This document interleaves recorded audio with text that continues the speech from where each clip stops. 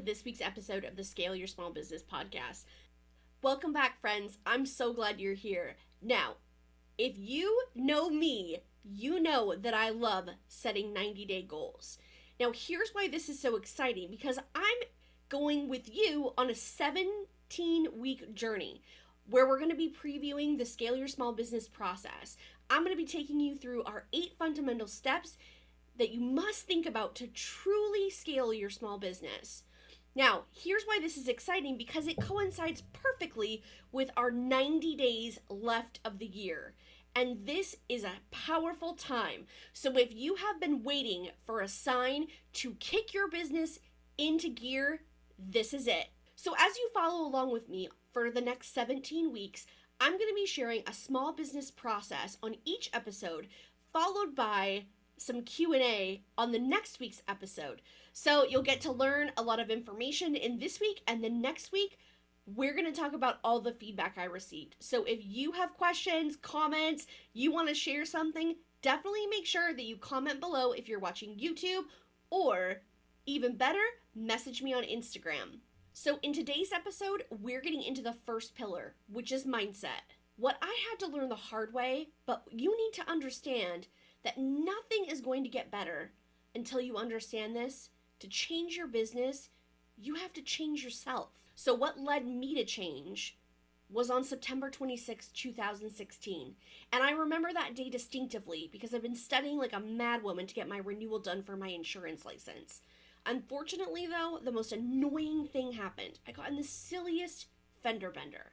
That's all I thought it was, just a little bit of an annoyance. 5 years later, still dealing with the impacts and effects of what I thought was something silly. Turns out, I didn't just have a fender bender that day. I actually got a concussion. So how am I supposed to be productive and keep my business going? This nonsense accident has now transformed the way I live my life. I can't work. I can't function. I'm an independent, do-it-myself kind of girl. Not anymore.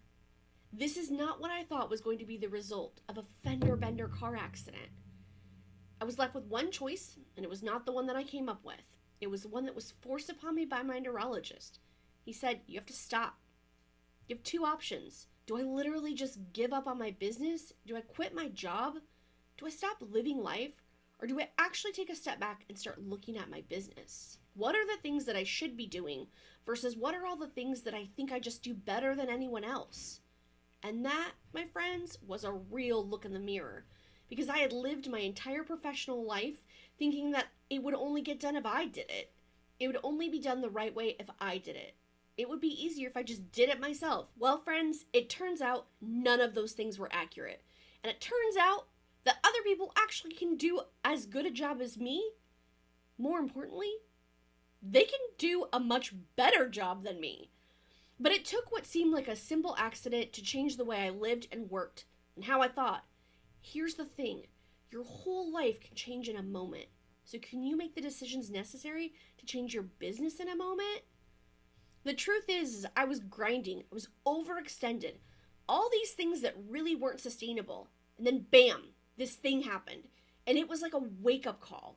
I was forced to figure out how to do things differently because of this accident. But if I would have known that if I just could think about doing things differently and having a different mentality about it, I could have broken through some really big barriers. It was really unfortunate that I had to be woken up that way, but that's what led me to understand that the current path I'm grinding down is not leading anywhere good. I needed to look internally. I needed to change my mode of operation, my mindset, if I was really going to change my business. And that's what really set me down this path to taking care of my businesses to where they are today. So what I had to learn the hard way, and what you need to understand, nothing's going to get better until you understand this key thing, is that to change your business, you have to change yourself. So as you think about how to change yourself so you can change your business, here's what I really want you to focus on, and really want you to focus on for this week. We're going to be coming back next week, and I'm going to be sharing my process with you.